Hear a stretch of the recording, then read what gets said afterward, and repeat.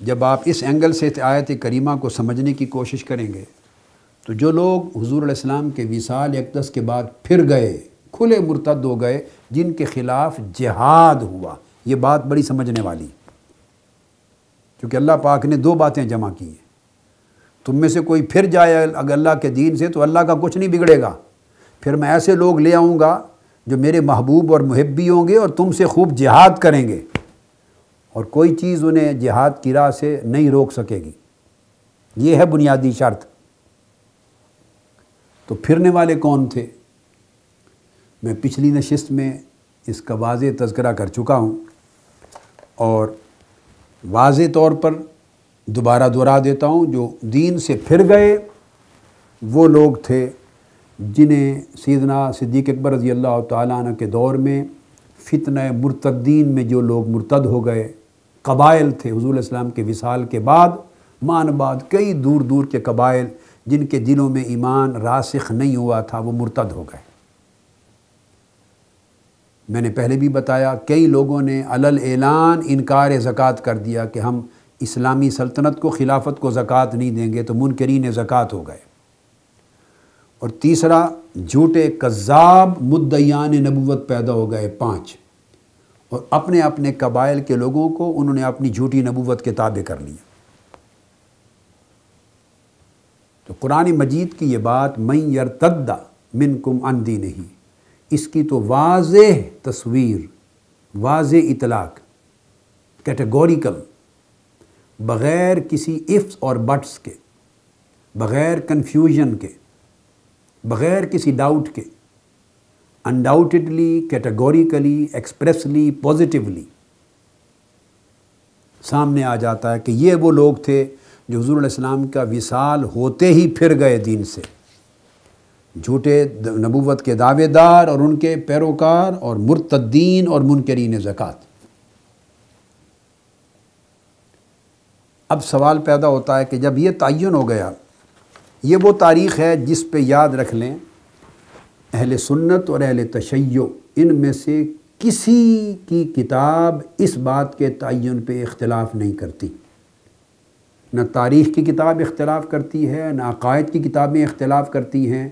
کل کتب اہل سنت کی اور اہل تشیع کی، شیعہ سنی جمیع کتب، اور شیعہ سنی روایت سے پوری تاریخ کی کتب جو ہیں شیعہ اور سنی دونوں طرف کی، وہ ان 3 فتنوں کو بیان کرتے ہیں کہ یہ وہ فتنے ہوئے جو حضور علیہ الصلوۃ والسلام کے عہد مبارک کے بعد، وصال اقدس کے بعد اٹھے، اور یہ لوگ دین سے پھر گئے، خارج ہو گئے۔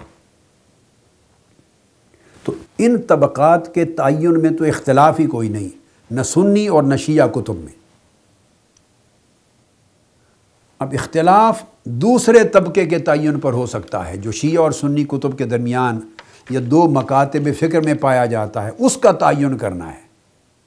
اس کا تو اختلاف ہی کوئی نہیں، یہ بات میں پھر سمجھا رہا ہوں۔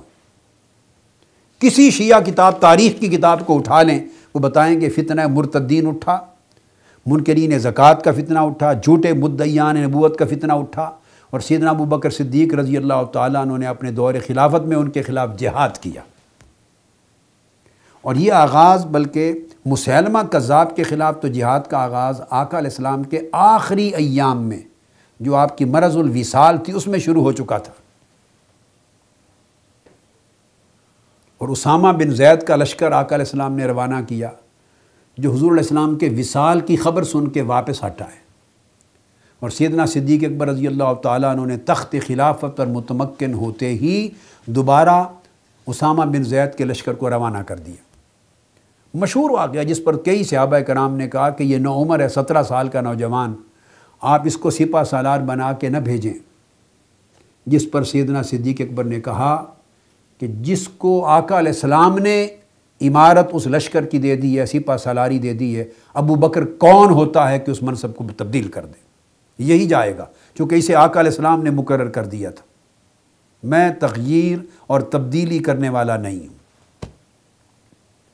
جب ان فتنوں کے خلاف سیدنا صدیق اکبر نے اپنی افواج تیار کی سرکوبی کے لیے، تو شورا میں، اسمبلی میں، مدینہ طیبہ میں صحابہ کرام کے، مہاجرین و انصار کے اجتماع میں بحثیں ہوئیں، تقریریں ہوئیں۔ کئی صحابہ کرام اس حق میں تھے کہ ابھی تازہ آقا علیہ السلام کا وصال ہوا، آپ لشکروں کو روانہ نہ فرمائیں، مشکلات پیدا ہوں گی، لیکن آپ نے فرمایا نہیں، جو حضور علیہ السلام کے دور میں ایک بکری کی نکیل یا ایک اونٹ کی نکیل برابر بھی زکوٰۃ دیتا تھا اور دین کے رکن سے آج پھر جائے گا، ابو بکر اس کے خلاف جہاد کرے گا۔ مسیلمہ کذاب نے نبوت کا جھوٹا دعویٰ کیا، آقا علیہ السلام نے اس کے خلاف جہاد پہ لشکر روانہ کیے، آج 5 مدعیان نبوت جھوٹے ہیں تو ابو بکر ان کے خلاف جہاد کرے گا۔ سنت نبوی اور اسوہ محمدی سے پیچھے نہیں ہٹ سکتے۔ تو الغرض یہ سنی اور شیعہ دونوں کتابوں، دونوں مسلک کی کتب میں اور تمام کتب تواریخ میں بالاجماع بالاتفاق یہ واقعات درج ہیں۔ اس پر میں دہرا کر بات کہہ رہا ہوں کہ کوئی اختلاف نہیں ہے۔ تو قرآن مجید کی آیت کریمہ کے پہلے الفاظ کی تعبیر تو واضح ہو گئی، من یرتد منکم عن دینہ، جو دین سے پھر جائیں گے وہ یہ لوگ تھے جو پھر گئے۔ اب تعیین کرنی ہے ان لوگوں کی کہ جو اس کے بعد کہ فسوف یأتی اللہ بقوم یحبہم ویحبونہ یجاہدون فی سبیل اللہ ولا یخافون لومۃ لائم تک۔ اب وہ کون لوگ تھے جن سے اللہ کو محبت تھی، جو خدا کے محبوب تھے، مقرب تھے اور مومنوں کے رکھوالے تھے اور دین کے دشمنوں کے خلاف سخت تھے اور بلا روک ٹوک اللہ کے دین کی سربلندی کے لیے جہاد کرنے والے تھے۔ یہ لوگ کون ہیں؟ جو کہ یہاں پر گارنٹی دے دی ہے اللہ رب العزت نے کہ وہ ایماندار ہی نہیں بلکہ ایمان کے محافظ بھی ہیں، اور اتنے محافظ ہیں کہ خود اللہ نے انہیں اپنا محبوب بنا لیا ہے۔ اس پر میں حوالہ دے لوں، بہت بڑی معتبر کتاب اہل تشیع کی تفسیر قرآن کی تفسیر مجمع البیان، علامہ طبرسی کی سب سے بڑی معروف حجت کتاب ہے، اور اینڈ پر میں اس کا انالیسز کرتا ہوں، حوالہ پڑھ لیں پورا۔ تو تفسیر مجمع البیان ہے، تہران کی مطبوعہ ہے، ایران تہران کی چھپی ہوئی، جلد 2 جز 3 صفحہ 208۔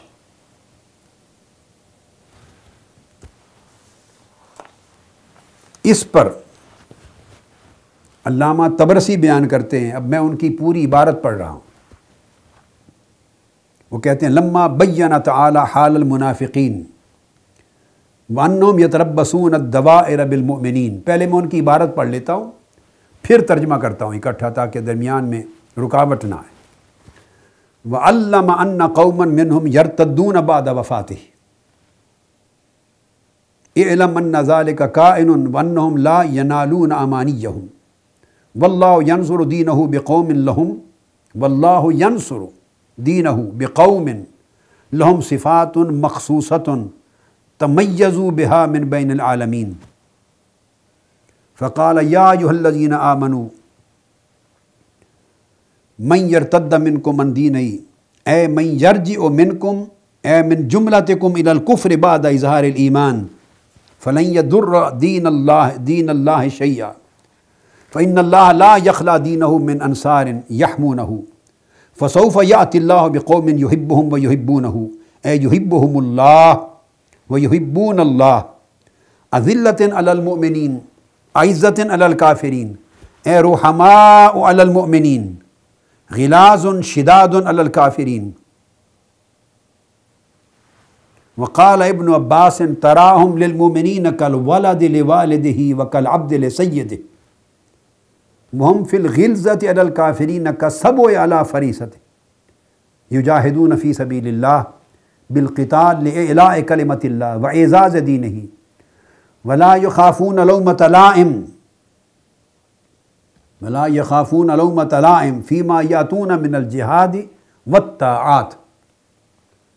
اس پوری عبارت کے اینڈ پر علامہ طبرسی لکھتے ہیں واختلف فی من وصف بہذہ الاوصاف منہم فقیل ہم ابو بکر واصحابہ الذین قاتلوا اہل الردہ۔ علامہ طبرسی لکھتے ہیں، اب میں اس عبارت کا ترجمہ کر رہا ہوں، جب اللہ تعالیٰ نے حضور علیہ الصلوۃ والسلام کو اس آیت کریمہ سے پہلے جو پچھلی آیات گزریں ان آیات میں منافقین کی حالت بیان کر دی اور یہ فرما دیا کہ وہ انتظار کر رہے ہیں، منافق لوگ منتظر رہتے ہیں کہ کب مومن گھیرے میں لے لیے جائیں، برا وقت آ جائے مومنوں پر، اس کے انتظار میں رہتے ہیں۔ اور اب اللہ تعالیٰ نے یہ بھی بتا دیا، ان ایڈوانس خبر دے دی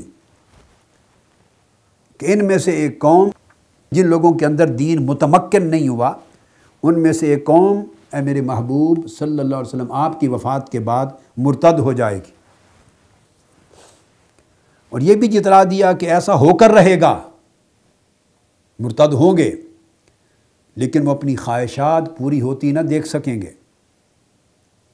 کیونکہ اللہ تعالیٰ ان کے خلاف اپنے دین کی حفاظت کے لیے ایسی قوم پیدا فرما دے گا، ایسے طبقات کو اللہ پاک آگے لے آئے گا جو مخصوص صفات جن کا ذکر قرآن نے کیا ہے ان کی وجہ سے پوری دنیا انسانیت میں ممتاز ہوں گے، ممیز ہوں گے، منفرد ہوں گے۔ ایسی صفات کے حامل لوگ دین کو سنبھال لیں گے، دین کی حفاظت کر لیں گے اور ان کی ریشہ دوانیوں کو ناکام کر دیں گے۔ اللہ رب العزت نے فرمایا، علامہ طبرسی کی پوری عبارت کا ترجمہ کر رہا ہوں، فرمایا اللہ پاک نے یعنی تم میں سے اے مومنو، ایمان کے ظاہر ہونے کے بعد جو کفر کی طرف پلٹ جائے گا وہ اللہ کے دین کا کچھ نہیں بگاڑ سکے گا، کیونکہ اللہ تعالیٰ اپنے دین کو ایسے نہیں چھوڑ دے گا بغیر وارثوں کے کہ اس کا کوئی حامی و ناصر نہ ہو۔ اللہ تعالیٰ حفاظت فرمائے گا اپنے دین کی، مگر حفاظت فرمائے گا کچھ لوگوں کے ذریعے، کچھ لوگوں کے ذریعے دین کی حفاظت فرمائے گا۔ اور وہ لوگ کون ہوں گے؟ حضور کے وصال کے فوری بعد ظہور پذیر ہو جائیں گے، سامنے آ جائیں گے۔ جیسے مرتد سامنے آ جائیں گے تو دین کی حفاظت کرنے والے بھی سامنے سینہ سپر ہو کے سامنے آ جائیں گے۔ اللہ اس قوم کو آگے لائے گا، آگے لائے گا سے مراد خلافت دے گا، حکومت دے گا، اقتدار دے گا، طاقت دے گا، کہ اللہ انہیں دوست رکھتا ہوگا، اللہ ان سے محبت کرتا ہوگا اور وہ اللہ کو دوست اور محبوب جانتے ہوں گے، اور مومنوں کے لیے نہایت رحم دل ہوں گے، کفار کے لیے نہایت سخت ہوں گے۔ اور عبداللہ ابن عباس رضی اللہ تعالیٰ عنہ فرماتے ہیں کہ وہ اے بندے تو مومنوں کے لیے ان لوگوں کو ایسے پائے گا جس طرح باپ اپنی اولاد کے لیے رحم دل ہوتا ہے، یا آقا مالک اپنے غلام کے لیے رحم دل ہوتا ہے، اور کفار کے لیے اس طرح سخت ہوں گے جس طرح شیر اپنے شکار کے لیے سخت ہوتا ہے۔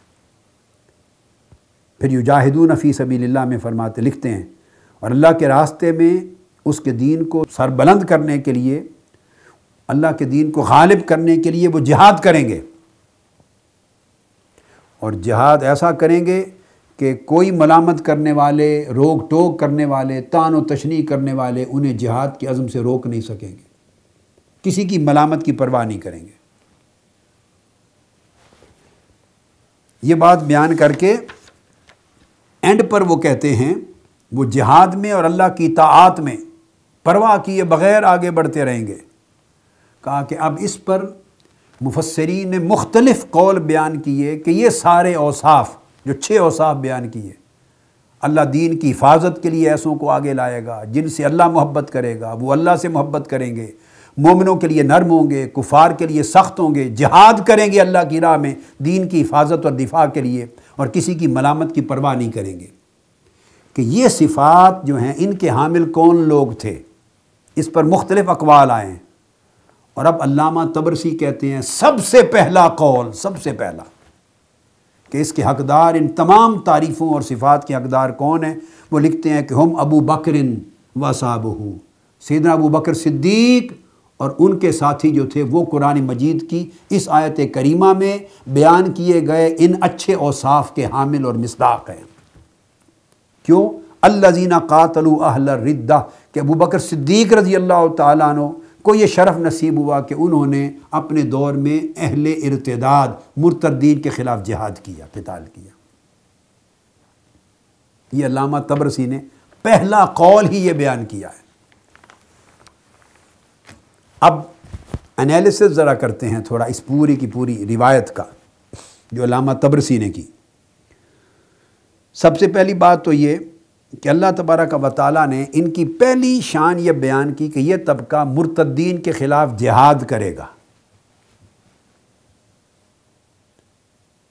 دوسرا یہ کہ ان کی یہ ساری صفات حسنہ ہوں گی جو میں بیان کر چکا کہ اللہ انہیں محبوب بنائے گا، یہ اللہ کو محبوب جانیں گے، مومنوں کے لیے نرم ہوں گے، کافروں کے لیے سخت ہوں گے، اور اللہ کے دین کی حفاظت کے لیے جہاد سے نہیں گھبرائیں گے، اور کوئی ملامت کرنے والا ان کو روک نہیں سکے گا۔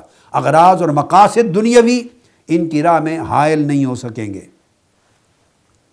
اب یہاں ایک سوال پیدا ہوتا ہے، یہ قرآن مجید کی کیٹیگوریکل بات ہے اور بڑی وضاحت اور تصریح کے ساتھ علامہ طبرسی نے اس کو گن گن کر بیان کر دیا اور آخر پہ نومینیٹ کر دیا ان اوصاف حمیدہ کہ حامل سیدنا ابو بکر صدیق اور ان کے دور کے صحابہ کرام جنہوں نے مرتدین کے خلاف جہاد کیا۔ اب یہاں ایک سوال پیدا ہوتا ہے، اگر کوئی شخص علامہ طبرسی کی رائے سے بھی اختلاف کرنا چاہے، اہل تشیع میں سے کوئی، اور کئیوں نے بھی بیان کیا، آئیے صرف قرآن پر آ جاتے ہیں۔ علامہ طبرسی کی روایت میں نے دے دی جو شیعہ حضرات کے سب سے بڑے مجتہد مفسر ہیں، عالم ہیں، لیکن سوال یہ ہے کہ یہ بات تو طے ہے جس کو انہوں نے بیان کر دیا کہ یہ حضور علیہ السلام کے وصال کے فوری بعد یہ مرتدین پیدا ہو گئے تھے، اور مرتدین جو ہیں وہ بیان ہو چکے، وہ جھوٹی نبوت کے دعوے کرنے والے اور انکار زکوٰۃ کرنے والے اور دین سے پھر جانے والے قبائل تھے۔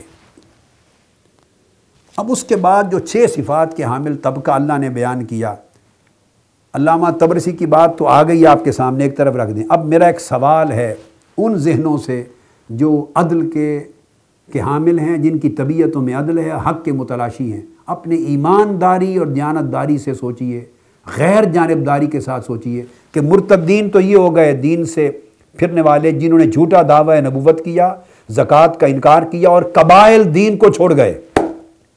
اب ان کے مقابلے میں جہاد کرنے والے ان صفات کے حامل کون لوگ تھے؟ اس کا تعین قرآن سے ڈائریکٹ کر دیں، کون لوگ تھے، کنہوں نے جہاد کیا؟ اب میں ایک امکان جو انتہائی بیہودہ امکان ہے، بے بنیاد امکان ہے، جس کی کوئی جواز نہیں ہے، مگر just for sake of discussion اس کو بھی میں لے آتا ہوں، جسٹ ٹو ایڈریس اٹ۔ خدا نہ خواستہ کوئی شخص اپنی ذہنی گندگی کی وجہ سے، جہالت کی وجہ سے، امت میں فتنہ پروری کی وجہ سے، استغفر اللہ العظیم، اس سے کوئی یہ کہہ دے آپ کو، نوجوان نسل کو برگلانے کے لیے کہ یہ جو پھر گئے یہ ابو بکر صدیق تھے، معاذ اللہ، استغفر اللہ، جو دین سے پھر جانے والے، یہ عمر فاروق، یہ عثمان غنی تھے، استغفر اللہ العظیم۔ یہی فتنہ ہے نا، بپا ہے اس وقت، استغفر اللہ، ان کو دین سے پھرنے والا بنایا جا رہا ہے۔ اب میں اس الزام کو جو میں نے عرض کیا کہ بالکل بیہودہ، بے بنیاد ہے، بیس لیس ہے، صرف اپنے بچوں، نوجوان دین کی نوجوان نسلوں کے اطمینان قلب کے لیے اس کو بھی انٹرٹین کرتا ہوں۔ اگر خدا نہ خواستہ کوئی یہ الزام اور اتہام لگا دے ان مقدس نفوس پر کہ ابو بکر، عمر، عثمان و غنی رضوان اللہ تعالیٰ علیہ مجمعین، یہ جو غصب کرنے والے، یہ پھر گئے تھے دین سے، معاذ اللہ، خلافت غصب کرنے والے یہ پھر گئے، اگر یہی قرار دے دیں کہ من یرتد منکم عن دینہ، یہ پھرنے والے ہوئے، معاذ اللہ مرتد ہو گئے، تو اب مجھے دکھا دے ان کے خلاف تلواریں لے کر جہاد کس نے کیا؟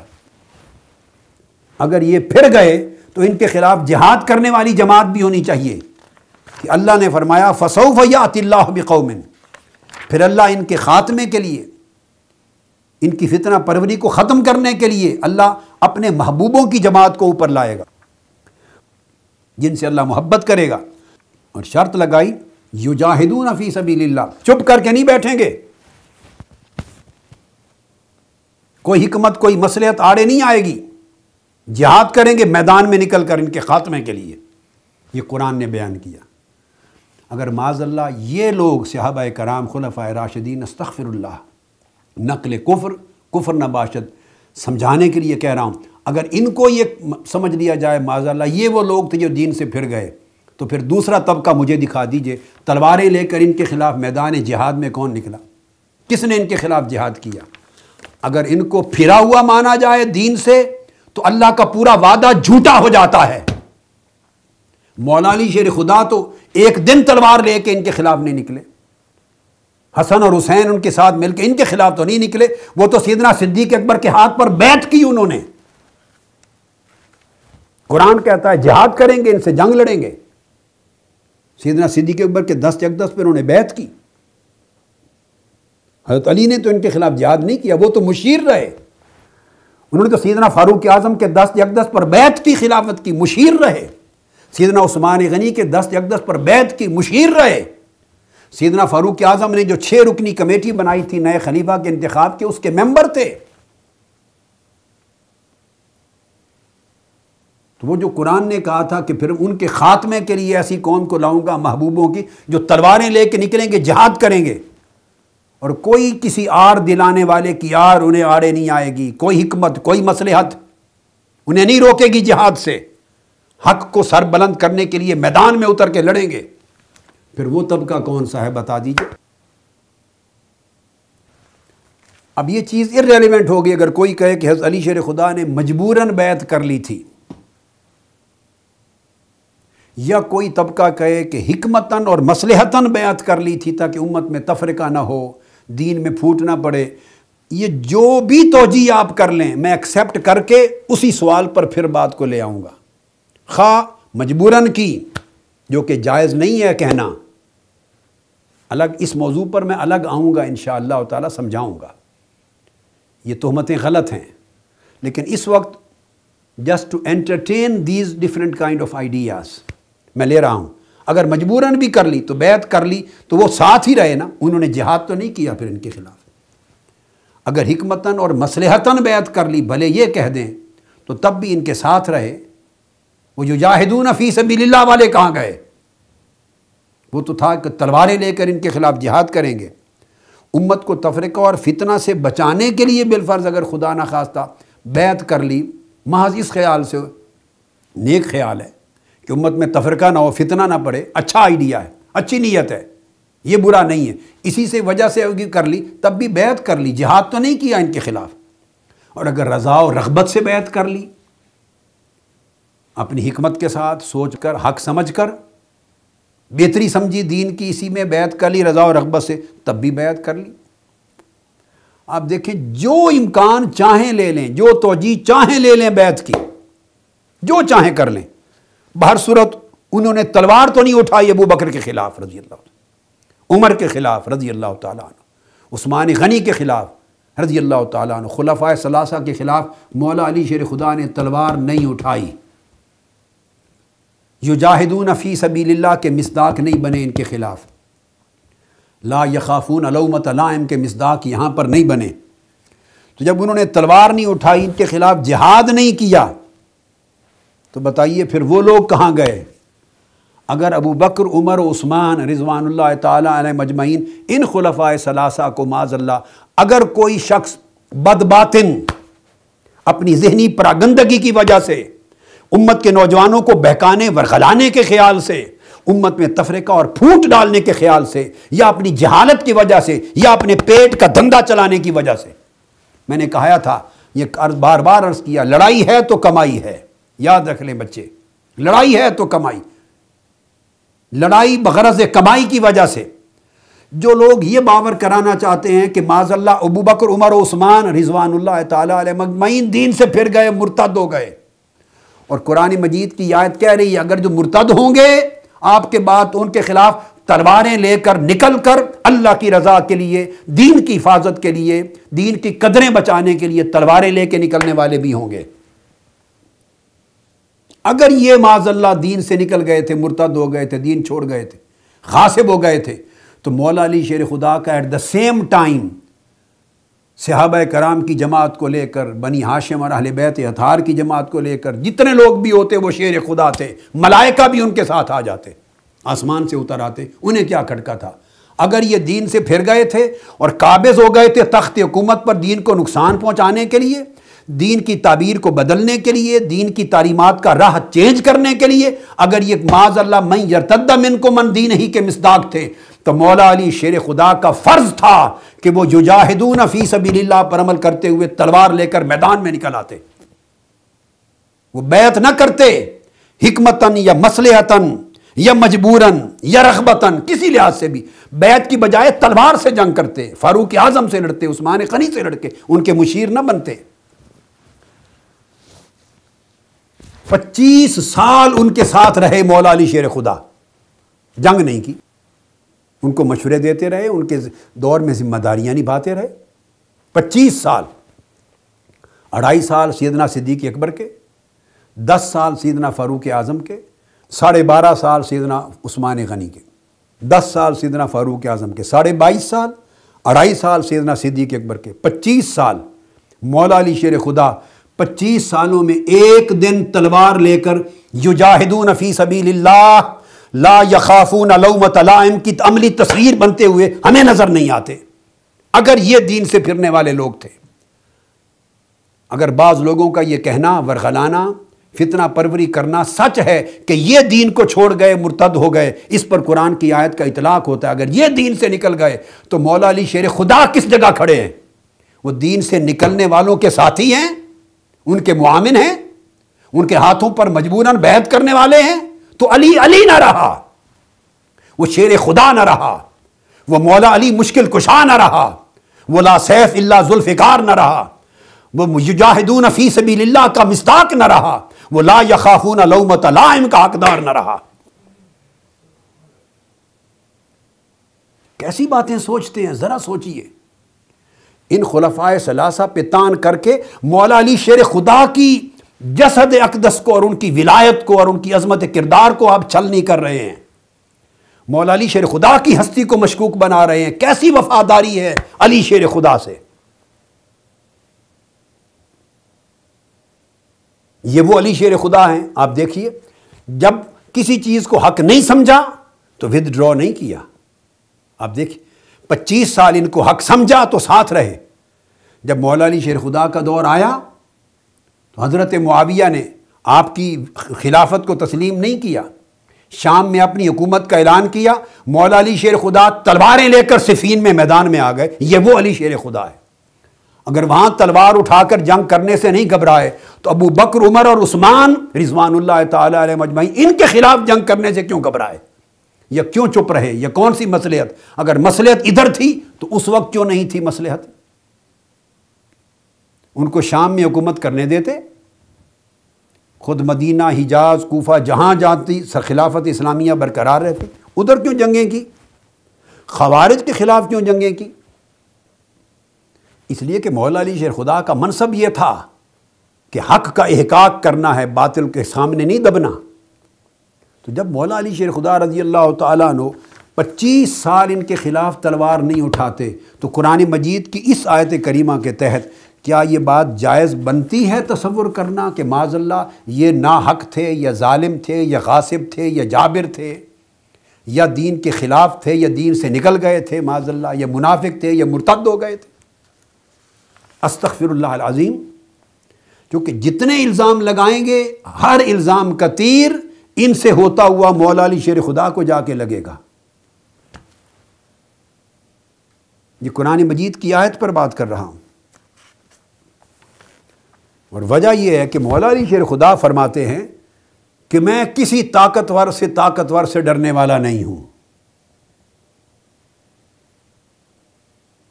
نہج البلاغہ خطبہ نمبر 37 میں، نہج البلاغہ میں مولا علی شیر خدا رضی اللہ تعالیٰ عنہ نے فرمایا الذلیل عندی عزیز، کمزور میرے نزدیک طاقتور ہے، حتی اخذ الحق لہ، یہاں تک کہ میں اس کا حق چھین کر اس کو لوٹا نہ دوں،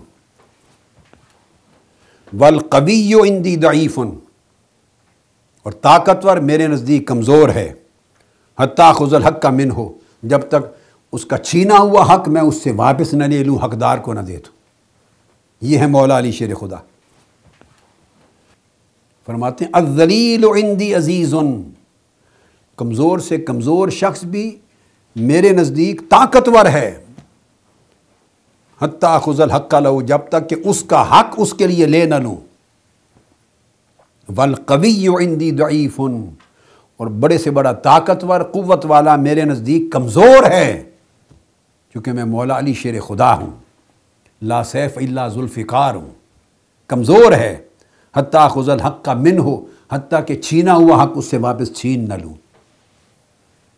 جب مولا علی شیر خدا یہ اصول بیان کرتے ہیں تو پھر چھینا ہوا حق، مولا اگر یہ حق چھینا ہوا تھا تو مولا علی شیر خدا نے ان سے واپس چھینا کیوں نہیں؟ یہ پورا تذکرہ آگے آئے گا، میں ساری تفصیل دوں گا۔ فرماتے ہیں رضینا عن اللہ قضاءہ وسلمنا للہ امرہ۔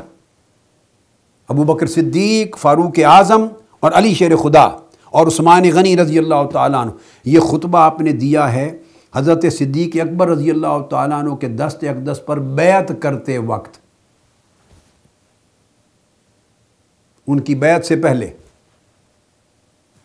آپ سے پوچھا گیا،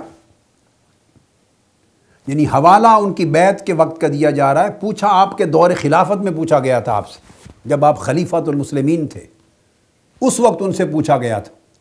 ریزن یہ تھی کہ آپ نے بیعت، کسی نے پوچھا آپ نے ان سے بیعت کیوں کی ابو بکر صدیق سے، ان کے دست اقدس پر؟ کیا آپ حق سمجھتے تھے یا غصب سمجھتے تھے؟ ان کی بیعت کرنا حق تھی یا غصب کی تھی انہوں نے خلافت؟ اپنے دور خلافت میں مولا علی شیر خدا فرما رہے ہیں سیدنا صدیق اکبر کی بیعت کیوں کی، اس سچویشن کو کوٹ کر رہے ہیں، بیان کر رہے ہیں۔ فرما رہے ہیں یہ نہ سمجھنا کہ انہوں نے چھین لی اور میں کمزور تھا اس وجہ سے چپ کر گیا اور بیعت کر لی، نہیں، علی ایسا نہیں ہے۔ فرمایا کمزور ہو تو میرے نزدیک کمزور طاقتور ہے، چونکہ میں اس کے ساتھ ہوں اس کا حق لے کے دینے کے لیے، اور کوئی بڑا سے بڑا طاقتور ہو اس کے ساتھ فوجیں کیوں نہ ہوں، میرے نزدیک کمزور ہے، یہاں تک کہ چھینا ہوا حق اس سے واپس لے لوں۔ تو علی نہ کسی سے ڈرنے والا ہے نہ دبنے والا ہے۔ بیعت کیوں کی؟ رضینا عن اللہ قضاءہ وسلمنا للہ امرہ، میں راضی ہو گیا یہ جان کر کہ اللہ کا فیصلہ یہی ہے، اور اللہ کے امر کے سامنے میں نے سر تسلیم خم کر لی۔ وہ جو بیعت کی تھی اسے اللہ کا امر، اللہ کی قضا اور اللہ کی رضا سمجھ کے کی تھی۔ اب اس پر آگے بھی بیان ہے بڑا لطیف، مگر وہ اس وقت میں کوٹ نہیں کر رہا، وہ اگلا مضمون میرا آ رہا ہے مسئلہ خلافت و امامت، مسئلہ خلافت۔ یہ پورا حوالہ اینڈ تک اس وقت پڑھوں گا دوبارہ، ابھی صرف اس کا حصہ پڑھا ہے جو آج کی گفتگو کے ساتھ ریلیونٹ ہے۔ اگلا اس سے بھی زیادہ زوردار حصہ ہے جس میں آپ اشارہ دے دیتے ہیں کہ ان کی بیعت کرنا امر یہی تھا، میثاق اور وعدہ یہی تھا۔ اس کو میں بعد میں کوٹ کروں گا۔ تو عرض اس وقت میں صرف یہ بات کر رہا ہوں، جو چیز سمجھنے والی وہ یہ کہ مولا علی شیر خدا ڈرنے والے نہیں، لا یخافون لومۃ لائم میں ہیں، یجاہدون فی سبیل اللہ میں ہیں، اور پھر جو ان کے ساتھ 25 سال رہے بیعت کرنے کے ساتھ ساتھ۔ تو سوال یہ ہے کہ اگر معاذ اللہ استغفر اللہ یہ خلفائے ثلاثہ دین کو چھوڑ گئے تھے تو پھر ان پر اطلاق ہوتا ہے من یرتد منکم عن دینہ، جو دین سے پھر گئے، اس ٹکڑے آیت کا۔ تو اگلا حصہ کہاں گیا؟ وہ لوگ کہاں ہیں؟ وہ کون تھے؟ مولا علی شیر خدا اور ان کے حامیوں نے ان 3 خلفائے ثلاثہ کے خلاف تو جہاد کیا نہیں، تو جب انہوں نے ان کے خلاف 25 سال تک جہاد نہیں کیا بلکہ تعاون رکھا، آپ جو بھی سبب اور نیت چاہیں بنا لیں، مجھے ابھی اس وقت اس سے غرض نہیں، یہ بحث اگلے مسئلہ کے تحت آئے گی کہ کس خیال سے بیعت کی اور تعاون رکھا، یہ بحث بعد میں آئے گی۔ اس وقت آپ جو چاہیں توجیہ کر لیں، میرا نقطہ تو یہ ہے کہ جو بھی توجیہ کریں، جہاد نہیں کیا ان کے خلاف، جنگ نہیں لڑی، تلوار لے کر میدان میں نہیں آئے، یجاہدون فی سبیل اللہ کا فرض پورا نہیں کیا۔ اس کا مطلب یہ ہوا کہ اگر انہیں معاذ اللہ دین سے نکلا ہوا مانے تو مولا علی شیر خدا آیت کے اگلے حصے سے نکل جاتے ہیں، یحبہم و یحبونہ سے نکل جاتے ہیں، اذلۃ علی المؤمنین سے خارج ہو جاتے ہیں، عزت علی الکافرین سے خارج ہو جاتے ہیں، یجاہدون فی سبیل اللہ سے خارج ہو جاتے ہیں، لا یخافون لومۃ لائم سے خارج ہو جاتے ہیں۔ اب بولیے ایمان بچے گا؟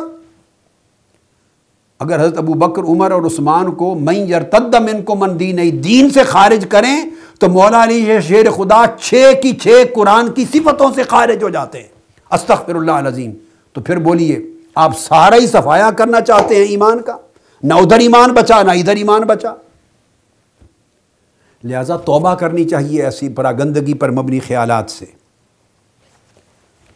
یہ قرآن مجید کی اس آیت کریمہ کا بیان تھا۔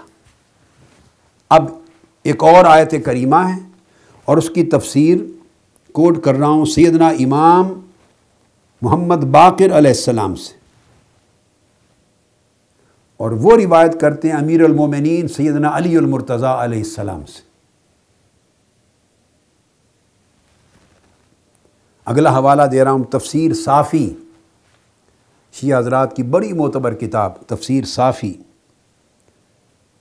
اور جو آیت کریمہ پڑھ رہا ہوں الذین کفروا وصدوا عن سبیل اللہ ضل اعمالہم، اور اس کے بعد پھر ما آتاکم الرسول فخذوہ وما نہاکم عنہ فانتہوا، 2 آیتیں کوٹ کی ہیں۔ پہلی آیت سورہ محمد کی، تو تفسیر صافی۔ دوسری تفسیر قمی، وہی جس کا پہلے میں تذکرہ کر چکا ہوں۔ اب یہاں قرآن مجید کی ایک آیت کریمہ کا اطلاق آتا ہے۔ عن الباقر علیہ السلام، عبارت پڑھ رہا ہوں تفسیر صافی اور تفسیر قمی کی۔ قال امیر المؤمنین علی علیہ السلام بعد وفات رسول اللہ صلی اللہ علیہ وآلہ وسلم فی المسجد والناس مجتمعون بصوت عال الذین کفروا وصدوا عن سبیل اللہ ضل اعمالہم۔ آقا علیہ السلام کے وصال کے بعد امام محمد باقر علیہ السلام فرماتے ہیں کہ مولا علی شیر خدا رضی اللہ تعالیٰ عنہ نے مسجد میں لوگ جمع تھے، بآواز بلندی آیت کریمہ پڑھی۔ جو لوگ کافر ہو گئے اور اللہ کے راہ سے روکا ان کے اعمال چلے گئے۔ ابن عباس رضی اللہ تعالیٰ عنہ نے پوچھا یا ابا الحسن لما قلت ما قلت، یہ جو کچھ آپ نے فرمایا کیوں فرمایا؟ قال قرأت شیئا من القرآن، میں نے قرآن مجید کی آیت کریمہ کی تلاوت کی۔ قال لقد قلتہ لامر، عبداللہ ابن عباس رضی اللہ تعالیٰ عنہ کہنے لگے یا مولا علی المرتضیٰ، آپ نے کسی وجہ سے یہ آیت پڑھی ہوگی، کس وجہ سے آیت پڑھی؟ قال نعم ان اللہ یقول فی کتابہ ما آتاکم الرسول فخذوہ وما نہاکم عنہ فانتہوا۔ ہاں اس لیے پڑھی ہے کہ اللہ پاک نے یہ فرمایا کہ جو کچھ رسول تمہیں دے اسے لے لو، اور جس شے سے رسول منع کرے اس سے رک جاؤ۔ تو مولا علی شیر خدا نے فرمایا اللہ کی اس حکم کی وجہ سے یہ آیت پڑھی ہے۔ تو انہوں نے پوچھا اس حکم کا کہ جو رسول تمہیں دے وہ لے لو، جو نہ دے اسے رک جاؤ، اس کا اطلاق کیسے ہوتا ہے موجودہ وقت پر جو آپ آیت پڑھ رہے ہیں؟ اس پر مولا علی شیر خدا نے فرمایا علی رسول اللہ صلی اللہ علیہ وآلہ وسلم انہ استخلف ابا بکر، کہ اس لیے کہ میں گواہی دیتا ہوں کہ رسول اللہ صلی اللہ علیہ وآلہ وسلم نے ابو بکر کو اپنا جانشین بنایا۔ تو فرمایا اس لیے آیت پڑھی چونکہ رسول اللہ نے حضرت ابو بکر کو اپنا جانشین بنایا۔ اللہ نے کہا جو حکم میرا رسول دے اسے قبول کرو، جس سے منع کرے رک جاؤ۔ تو چونکہ ابو بکر کی جانشینی امر مصطفیٰ سے ہے، تو جو لوگ آج ابو بکر کی جانشینی نہیں مانیں گے وہ لوگ اللہ کے بھی منکر ہیں، اس کے دین کے بھی، رسول کے امر کے بھی منکر ہیں۔ اللہ رسول اللہ صلی اللہ علیہ وسلم انہ استخلف ابا بکر، میں گواہی دیتا ہوں کہ رسول اللہ صلی اللہ علیہ وسلم نے ابو بکر کو استخلاف اپنا جانشین بنایا۔ اس پر حضرت عبداللہ ابن عباس نے کہا ما سمعت رسول اللہ صلی اللہ علیہ وآلہ وسلم اوصى الا الیک، میں نے تو نہیں سنا۔ عبداللہ ابن عباس کہتے ہیں کہ انہوں نے ان کے لیے وصیت کی ہو، انہوں نے تو آپ کے سوا کسی اور کے لیے وصیت کی ہو، میں نے تو نہیں سنا۔ جب یہ بات سنی تو مولا علی شیر خدا نے انہیں جواباً کہا قال فہلا بایعتنی، اگر تم یہ صحیح سمجھتے ہو کہ میرے لیے وصیت کی تھی ابو بکر کے لیے نہیں، تو پھر تم نے میری بیعت کیوں نہیں کی؟ اگر یہ سچا سمجھتے ہو کہ میرے لیے وصیت کی تھی تو تم نے میری بیعت کیوں نہیں کی؟ انہوں نے جواب دیا قال اجتمع الناس علی ابی بکر، فکنت مع منہم، سارے لوگوں کا چونکہ اجماع ہو گیا ابو بکر پر تو میں بھی ان کے ساتھ تھا، پھر میں نے بھی بیعت کر لی۔ تو فرمایا کہ وہ اجماع نہ ہوتا لوگوں کا ابو بکر پر اگر اشارہ مصطفیٰ اس کے پیچھے نہ ہوتا، کیونکہ مصطفیٰ کا اشارہ تھا، ان کی جانشینی آقا علیہ السلام کو مطلوب تھی، مرغوب تھی، محبوب تھی۔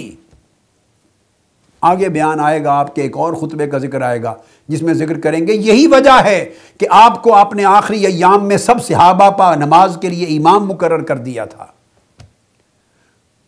تو جب دین کے امور میں حضور نے ان کو امام مقرر کر دیا تو ہم دنیا کے امور میں کیوں نہ مانیں؟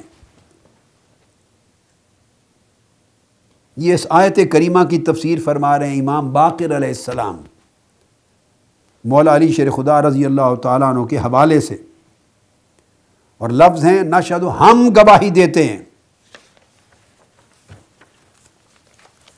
یہ اس آیت کریمہ کا اطلاق کیا ہے۔ پھر اسی طرح یہی تفسیر صافی، اگلا حوالہ، یہی تفسیر صافی معروف تفسیر، بچہ جانتا ہے اہل تشیع حضرات کا، اس میں قرآن مجید کی وہ آیہ کریمہ جس میں تذکرہ آیا ہے کہ آقا علیہ السلام نے حضرت ماریہ قبطیہ کا جو معاملہ تھا، حضرت حفصہ کے گھر قیام تھا اور کوئی بات ہوئی تو حضرت ماریہ قبطیہ کے لیے آپ نے قسم کھا لی، قرآن مجید میں آیا ہے۔ پھر ان سے ایک بات کی، حضرت حفصہ سے آقا علیہ السلام نے کچھ رازدارانہ بات کی، انہوں نے اس کا اظہار کر دیا کچھ دیگر ازواج مطہرات پر کچھ بات کا۔ آقا علیہ السلام کو خبر ہو گئی اللہ کی وحی سے، تو آپ نے جتلا دیا کہ تمہیں منع کیا تھا بات کسی کو بتانا نہیں، لیکن اس کے باوجود آگے بتا دیا ہے۔ اس آیت کریمہ کے تحت تفسیر صافی میں آتا ہے فلما نبأہا بہی قالت من انبأک ھذا قال نبأنی العلیم الخبیر۔ جب حضور کی زوجہ حضرت حفصہ نے حضور علیہ السلام کے بتائے ہوئے راز کی باتوں میں سے کچھ کا اظہار کر دیا اور آقا علیہ السلام نے انہیں جتلا دیا کہ مجھے پتہ چل گیا ہے کہ میں نے کچھ راز کی باتیں تمہیں بتائی تھی، تم نے آگے بتا دی ہیں۔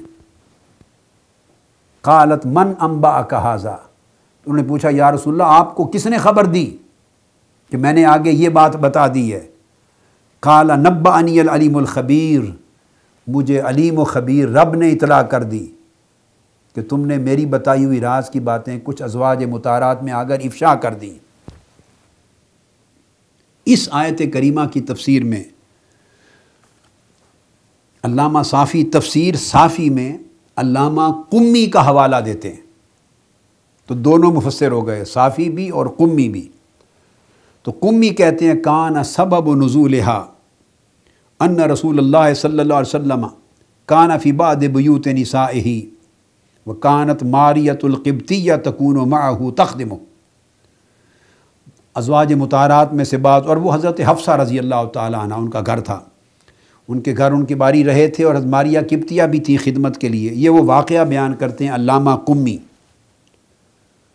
اور جو راز کی باتیں آقا علیہ السلام نے بتائیں اور حضرت حفصہ نے آگے کچھ افشا کر دی حضرت عائشہ صدیقہ کو اور بعض کو، اور اللہ پاک نے وہی بھیج کے حضور کو اطلاع کر دی اور آپ نے افشا کرنے کی خبر بتا دی، وہ بیان کرتے ہیں علامہ قمی۔ ان میں سے جو راز کی باتیں افشا کی جو آقا علیہ السلام نے بتائی تھی، ان میں سے ایک یہ تھی۔ اب اس آیت کریمہ کی تفسیر قرآن مجید کی تفسیر میں وہ یہ تھی کہ آقا علیہ السلام نے فرمایا تھا فقال ان ابا بکر جلیل خلافت بعدی ثم بعدہ ابوک، میرے بعد ابو بکر میرا جانشین ہوگا اور ان کے بعد تمہارے والد عمر جانشین ہوں گے، اور ساتھ فرما دیا تھا بتانا نہیں کسی کو، راز کی بات بتائی تھی۔ علامہ قمی بیان کرتے ہیں کہ جو راز کی بات بتائی تھی وہ یہ تھی، ان باتوں میں سے یہ تھی کہ میرے بعد ابو بکر جانشین ہوں گے، ان کے بعد تمہارے والد عمر جانشین ہوں گے۔ اس پر انہوں نے کہا کہ قالت من انبأک ھذا، یا رسول اللہ آپ کو یہ کس نے بتا دیا کہ میں نے یہ راز افشا کر دیا ہے؟ قال نبأنی العلیم الخبیر، مجھے رب نے بتا دیا۔ اب آپ دیکھیے اس آیت کریمہ کی تفسیر شیعہ حضرات کی تفاسیر میں صافی اور قمی میں آقا علیہ الصلوۃ والسلام کے حوالے سے رازدارانہ طور پر یہ بات بتانا منقول ہے۔ اور یہ تو میں نے آپ کو تفسیر صافی اور تفسیر قمی کا حوالہ دیا۔ اب یہی بات عظیم الشان شیعہ تفسیر مجموع البیان میں علامہ طبرسی نے بھی بیان کی۔ اب آپ اندازہ کیجئے،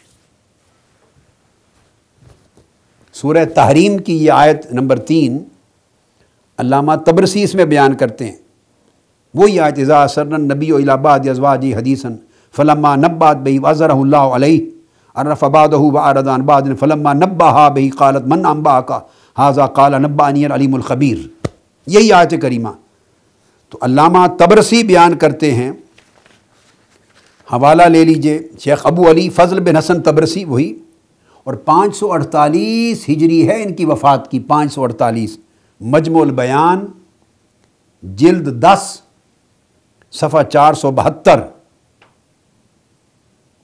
اور مطبوعہ ایران کا ہے 1406 کی طبع ہے اس وقت میرے سامنے۔ وہ حوالہ بیان کرتے ہیں، یہی چیز جو میں بیان کر چکا ہوں کہ حضور علیہ الصلوۃ والسلام نے حضرت حفصہ رضی اللہ تعالیٰ عنہ کو یہ خبر دی رازدارانہ، اور بتایا کہ میرے بعد ابو بکر تخت سلطنت پر، تخت خلافت پر ہوں گے، ثم عمر، پھر تمہارے والد عمر تخت خلافت پر ہوں گے۔ انہوں نے یہ بات آگے بتا دی تھوڑی، تو آقا علیہ السلام کچھ اور باتیں بھی تھی، آقا علیہ السلام نے اتنا کچھ بیان کیا، اعرض عن بعض، باقی چیز ان ابا بکر و عمر یملکان بعدی، کہ ابو بکر اور عمر میرے بعد تخت سلطنت پر فائز ہوں گے۔ تو آقا علیہ السلام اپنی حیات طیبہ میں اس بات کو علل اعلان صحابہ کرام میں اس کا اعلان نہیں فرمانا چاہتے تھے، یہ بات آگے مسئلہ خلافت کے تحت آئے گی، مگر نگاہ نبوت سے دیکھ رہے تھے، اس کو رازدارانہ طریقے سے بتا رہے ہیں، اور تذکرہ اس کا شیعہ حضرات کی تفاسیر میں ہے۔ اب طبرسی جیسے شخص نے خود بیان کر دیا اس کو۔ یہی وجہ ہے، آخر پہ میں یہ عرض کر رہا ہوں، پھر آگے اور ریفرنسز کل کے بیان میں انشاءاللہ نیکسٹ آئیں گے، یہی وجہ ہے کہ صحابہ کرام کی نسبت اور سیدنا فاروق اعظم رضی اللہ تعالیٰ عنہ کی نسبت سیدنا ابو بکر صدیق اور سیدنا فاروق اعظم، جن کے اوپر بہت زیادہ یعنی تنقید اور طعن کیا جاتا ہے۔ ابن ابی الحدید، آج میں ریفرنس کوٹ کرتا ہوں، کل میں دوبارہ اس کو انشاءاللہ اگلی نشست میں تذکرہ کر کے تو ابن ابی الحدید کون ہیں ان کا بھی میں تعارف کرواؤں گا۔ نہج البلاغہ کی شرح میں، نہج البلاغہ کی شرح، بہت بڑے عظیم شارح ہیں ابن ابی الحدید، ان کا دور تھا ابن القمی کا، بنو عباس کے آخری خلیفہ مستعصم باللہ خلیفہ تھے، سنی العقیدہ تھے، مستعصم باللہ۔ یہ وہ دور ہے جب تاتاریوں نے حملہ کیا اور بغداد کو تاخت و تاراج کر دیا، تو خلیفہ مستعصم باللہ کا بیٹا ابو بکر تھا، وہ اہل سنت کی نمائندگی کر کے سرپرستی کرتا تھا، مناظرے ہوتے تھے گلی گلی کوچہ کوچہ، مناظرے، سنی شیعہ مناظرے، یہ ماحول تھا تفرقہ کا، اور اس نے بربادی کر دی امت کی۔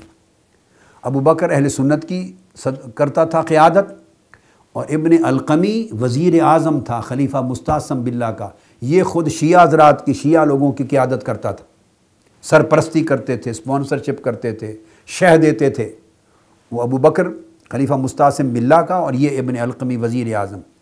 تو ایک سنی شیعہ فساد کا ماحول تھا۔ جب تاتاری تلوار آئی سب کی گردنیں اڑ گئیں، 23 لاکھ مسلمان شہید کر دیے گئے، اور تاتاریوں کی تلوار نے نہیں دیکھا کہ کس سنی کی گردن کٹی، کس شیعہ کی گردن کٹی۔ تو ایسے تفرقہ اور مسلمانوں کو اس طرح دنگ اور فساد میں مبتلا کرنے کے نقصانات امت میں یہ ہوتے ہیں۔ تو ابن القمی کے مشیر تھے ابن ابی الحدید، گویا سنی شیعہ مناظروں کے دور کے یہ علمی چیمپئن تھے شیعہ حضرات کے، اور ابن القمی کے کہنے پر ابن ابی الحدید نے شرح نہج البلاغہ لکھی تھی، اور یہ غالباً شیعہ حضرات کی علمی تاریخ کی سب سے بڑی شرح ہے نہج البلاغہ کی، 20 جلدوں پر مشتمل، 20 جلدیں ہیں شرح نہج البلاغہ ابن ابی الحدید کی۔ اتنے بڑے عالم تھے شیعہ۔ اب وہ شرح نہج البلاغہ شیخ ابن ابی الحدید کی ڈیتھ ہوئی ہے ان کی 656 ہجری۔ یہی زمانہ 656 ہجری ہے جب خلافت بغداد کا زوال ہوا اور تاتاری حملہ کے ساتھ بغداد کا ڈاؤن فال ہوا ہے، 656 ہجری ہے وہی دور۔ اور شرح نہج البلاغہ جلد 12 صفحہ 177، جلد 12 صفحہ 177۔ اسی طرح شرح نہج البلاغہ جلد 12 صفحہ 189 سے 178 189۔ یہ آخری گفتگو ہے میری آج کی گفتگو جس کو ختم کر رہا ہوں، بڑی توجہ سے سنیں۔ اس پر علامہ ابن ابی الحدید شرح نہج البلاغہ میں وہ جو سیدنا فاروق اعظم رضی اللہ تعالیٰ عنہ کے حق میں جو سیدنا مولا علی شیر خدا رضی اللہ تعالیٰ عنہ کے خطبات ہیں، اور آپ کی شان میں جو آپ کے کلمات ہیں جس پر گفتگو بعد میں بھی آئے گی، اس کی شرح کرتے ہوئے علامہ ابن ابی الحدید نے روایات بیان کی ہیں۔ وہ کہتی ہیں کہ حضور علیہ السلام نے فرمایا کان فی الامم محدثون فإن یک فی امتی فعمر۔ حضور علیہ السلام نے فرمایا میری امت، پہلی امتوں میں محدث لوگ تھے، مکلم تھے، جن سے اللہ پاک اپنا خاص کلام اور رہنمائی اور ہدایت القاء کرتا تھا، جو ہم کلام ہوتے تھے پہلی امتوں میں۔ آقا علیہ السلام نے فرمایا کہ اگر ان میں سے کوئی ایک بھی محدث یا مکلم یا ملہم جن کے قلوب میں روحانی الہام ہوا کرتا تھا انبیاء کے علاوہ، انبیاء نہیں تھے، اگر ایک بھی میری امت میں ہوا تو وہ عمر فاروق ہوں گے۔ یہ علامہ ابن ابی الحدید لا رہے ہیں۔ پھر وہ بیان کرتے ہیں مسانید صحیحہ سے کہ ان السکینۃ لتنطق علی لسان عمر، اللہ نے جو سکینت اتاری، سکون اور سکینت اللہ کی، وہ عمر فاروق کی زبان سے گویا ہوتی ہے، کلام کرتی ہے۔ پھر آپ نے روایت لکھی ان اللہ ضرب بالحق علی لسان عمر وقلبہ، اللہ پاک عمر کی زبان اور عمر کے دل سے حق کو صادر فرماتا ہے۔ پھر فرمایا لو لم ابعث فیکم لبعث عمر، اگر میں تم میں مبعوث نہ ہوتا تو عمر کو مبعوث کیا جاتا۔ یہ وہی حدیث جو اہل سنت میں یہ مروی ہے کہ اگر میرے بعد کوئی نبی ہونا ہوتا تو عمر ہوتے، لا نبی بعدی، مگر میرے بعد نبی کوئی نہیں۔ اور سراج اہل الجنت عمر، اور اہل جنت کا چراغ عمر فاروق ہے۔ یہ بیان کر کے تمام ریفرنسز علامہ ابن ابی الحدید شارح نہج البلاغہ اینڈ پر لکھتے ہیں کہ حضرت عمر فاروق رضی اللہ تعالیٰ عنہ کی فضیلت میں بہت زیادہ احادیث وارد ہیں، بہت احادیث وارد ہیں۔ وہ کہتے ہیں کہ ہم نے صرف چند احادیث مشہورہ کے ذکر پر اکتفا کیا ہے، چند احادیث بیان کر دی ہیں جو بہت مشہور ہیں مگر بہت زیادہ وارد ہیں۔ یہ قول انہوں نے صفحہ 178 179 جلد 12 شرح نہج البلاغہ پہ کیا ہے۔ یہ مقام ہے قرآن مجید کی روشنی میں صحابہ کرام کا، خلفائے راشدین کا، اور یہ وہ درجات ہیں جو شیعہ مفسرین، شیعہ محدثین اور شیعہ شارحین نہج البلاغہ اپنی کتب میں آج تک بیان کرتے چلے آ رہے ہیں۔ مگر مجھے علم ہے کہ یہ حقائق کبھی منظر عام پہ نہیں لائے جاتے، یہ نہیں بتائے گئے، بتائے بھی نہیں جائیں گے۔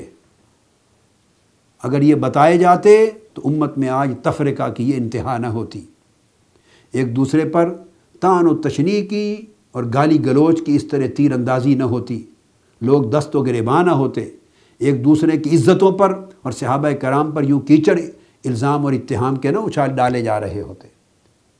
مسلک اپنا اپنا رہے، عقیدہ اپنا اپنا رہے، افضلیت کا عقیدہ رکھیں، خلافت کا عقیدہ رکھیں، امامت کا رکھیں، ہر کوئی اپنے اپنے طریق پر چلے، مگر یہ عدل اور انصاف اور دین اور ایمان اور اسلام اجازت نہیں دیتا کہ وہ جو آقا علیہ السلام کے محبوب و مقرب تھے، آپ بھلے انہیں افضل جانیں یا نہ جانیں، ہر ایک کا عقیدہ، مگر ان کے اوپر زبانیں تان دراز کرنا، ان پر کیچڑ اچھالنا، تہمت کے تیر لگانا، انہیں دین اسلام سے خارج کرنا اور صحابہ کرام اور اہل بیت میں جنگ اور عداوت دکھانا، یہ ٹوٹلی دین کے خلاف، قرآن کے خلاف، حضور علیہ السلام کے فرمودات کے خلاف اور خود مولا علی شیر خدا کی تعلیمات اور ہدایات کے خلاف ہے۔ آج کی گفتگو یہاں ختم کرتے ہیں، یہ مضمون انشاءاللہ تعالی اگلی نشست میں جاری رہے گا۔